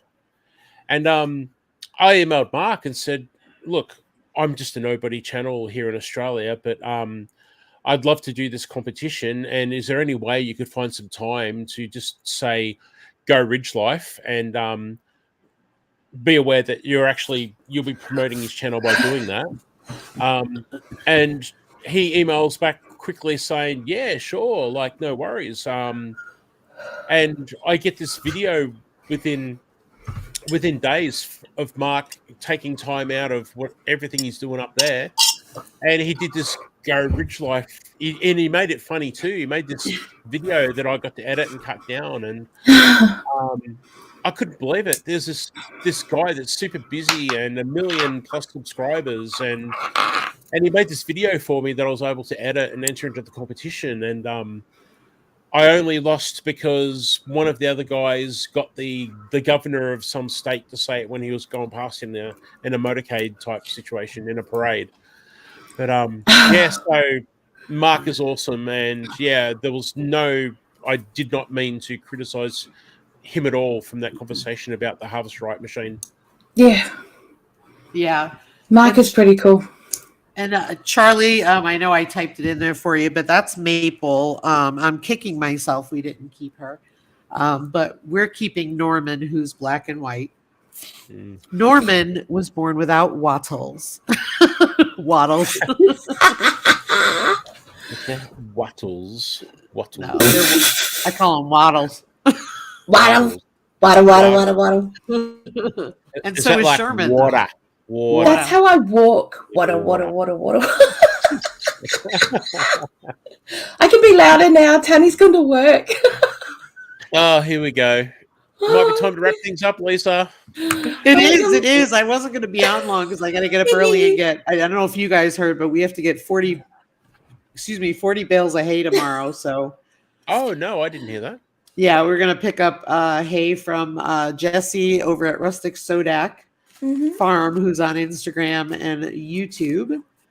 She was with me for the homesteading challenge and she's like an hour and 45 minutes for me. So, I'm but about to go and jump over to Kettle Kitchen. Kettle Kitchen. Oh, are you serious? Are you, Yeah. Guess where I'm going next? Oh yeah. Oh boy. Oh no. Anxiety. You're kidding me. Watch out, world. I've been so good because like I'm so scared of waking Tanny up because he's such a grouch, you know. And I've been really careful. I've had the door shut. I've been really, really quiet. And all he did was say goodbye. I didn't even know he was awake. Apparently, he's been awake for an hour and a half. Oh wow! And he didn't let me know. And what time is it by you now, love? 4:20. Yeah, because when you texted me earlier, who I'm awake, it was 2:15 in the morning there. I know. Yeah, so in Tanny's defense, when you say about Tanny getting a little bit upset, you need to explain to people that it's 4 a.m. What? It's the crack of doom. Isn't everybody up at this time? Not me normally, no. I saw Dark Lord Minette and Simply Jan were having a conversation about the freeze dryer. Yes, I agree. It is a lot of money, and it is something that you have to really think about. We looked at it as an investment because we were able to freeze dry things that we couldn't. Y'all know we struggle to grow here, right? So the reality of it is if we get a bulk box of produce, I can dehydrate it and I can freeze dry it. I can tell you right now, freeze drying takes a lot less time than the dehydrating and then the canning. So I can put, like my potatoes, I had, what did I have? 4 bowls of them? 4 days, less than 4 days. They were all taken care of. If I could get one and they were affordable and I could get one, you would be seeing a lot of videos on my channel because I would be using it so much and I'd be sharing that. It's just, I think they're great. If I had a freeze dryer, I'd be buying every lolly and sweetie and candy on the planet and just shoving that thing full and flogging them. Yeah. And flogging them and making it make its money back as well as doing my stuff. That's a good point. Yeah. And the other thing is that I do know people who've purchased them through a payment plan. I do know people who have purchased them through a scratch and dent sale. So you would have to do your own research on that, whether that's acceptable to you or not. But I know with washers and dryers, I've bought scratch and dents.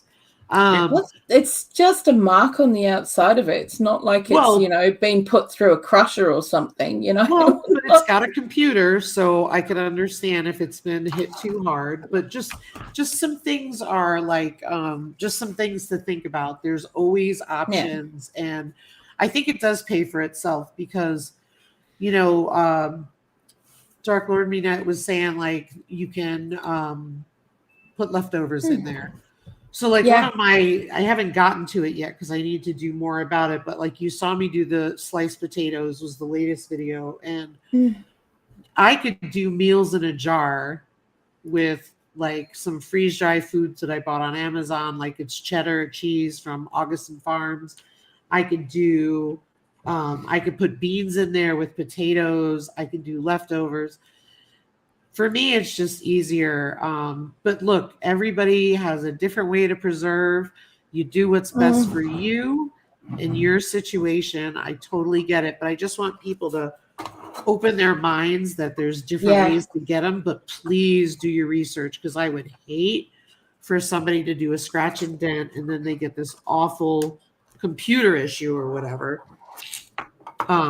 Because I would dearly love a freeze dry. I'm not going to lie to you, but I would make it pay for itself. And I think 90% of what would go in there would be for sale at the end of the day, just to pay for itself. And then I've got like 10% of, because it's only me and Tanny at the end of the day.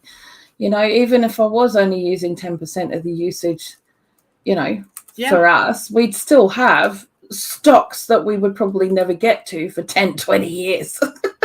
Right. So, you know, but yeah, I mean, future things, and you never know what could happen in the future, you know, so. And the other thing too is for us, you know, like everybody, like how many pounds of tomatoes did people harvest this year from their gardens? Or Daz, how many pounds of tomatoes do you think you harvested last year? Oh, gee. A lot. Rough number. Oh, man, you're talking pounds. I'm an Aussie. I'm thinking kilos. Kilos. Yeah, kilos. I don't know, kilos in the last year, maybe.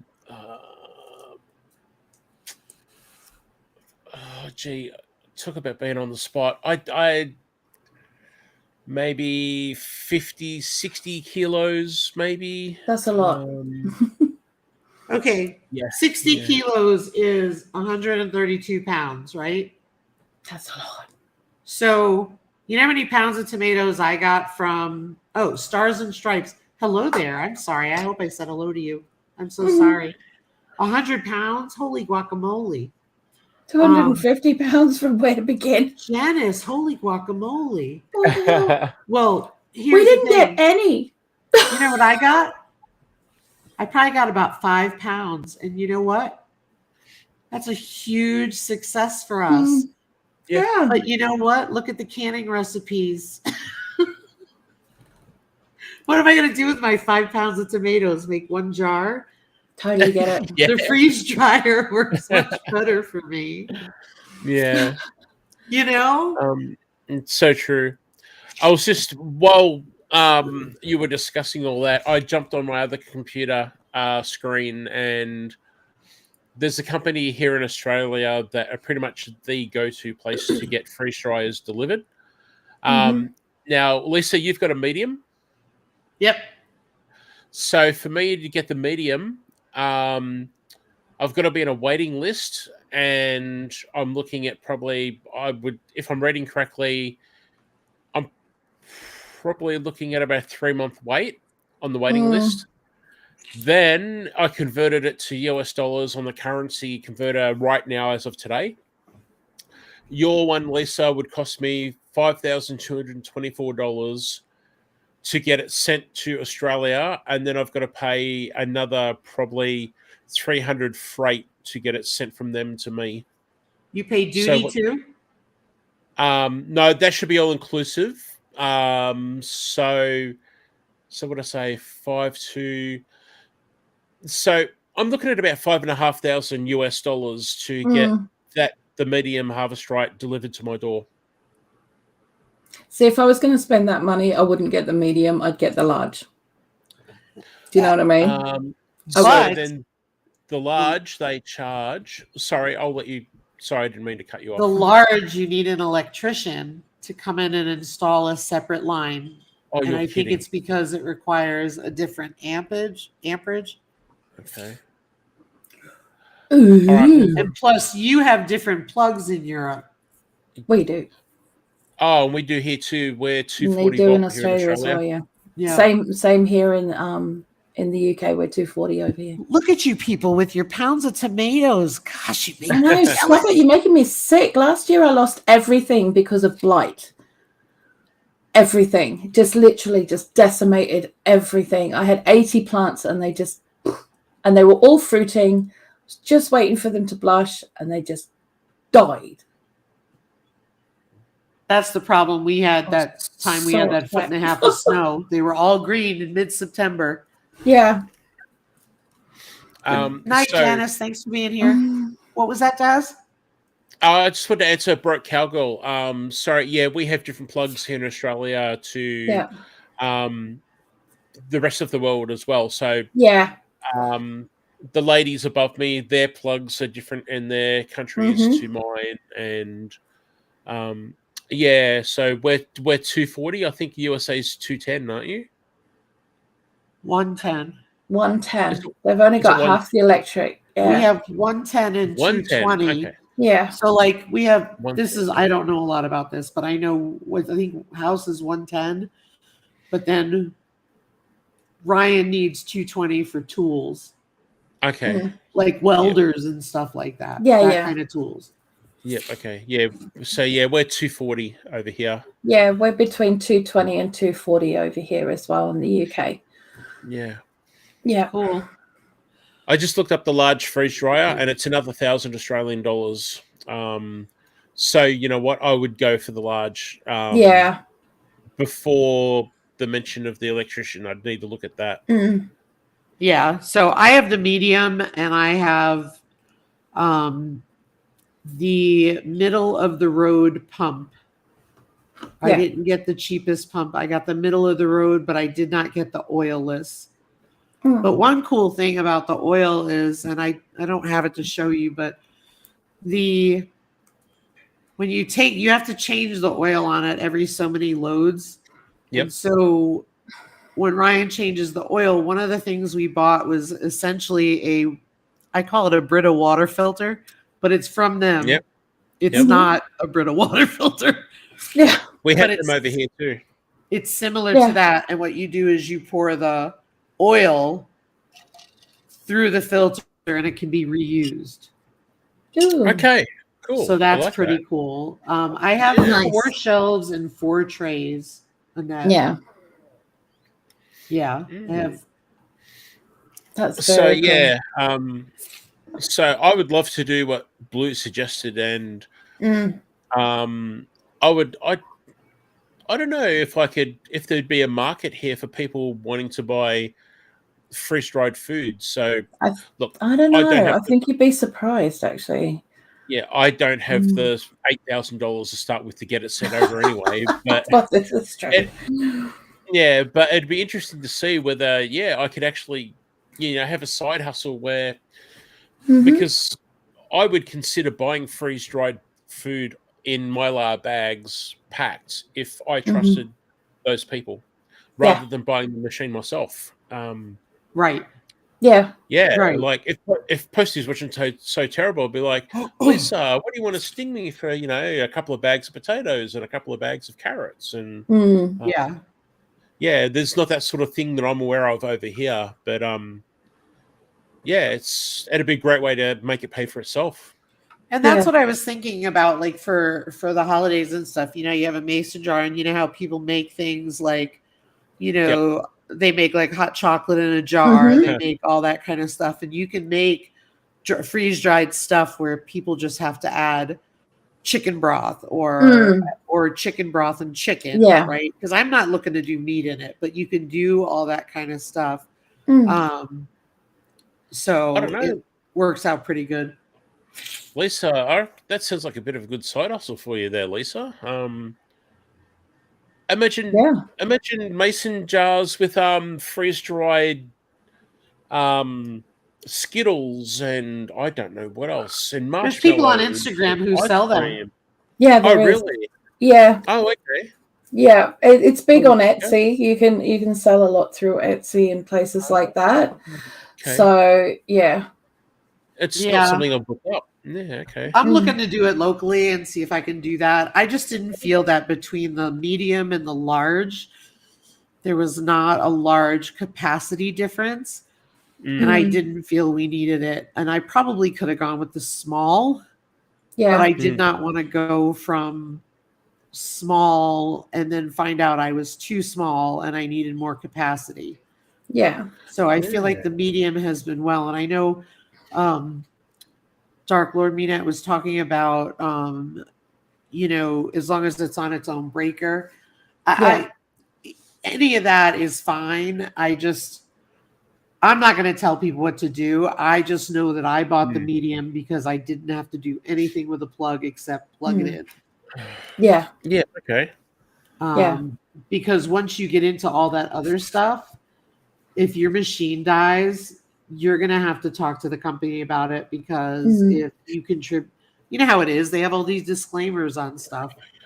Yeah. So it's like, don't add babies, Right.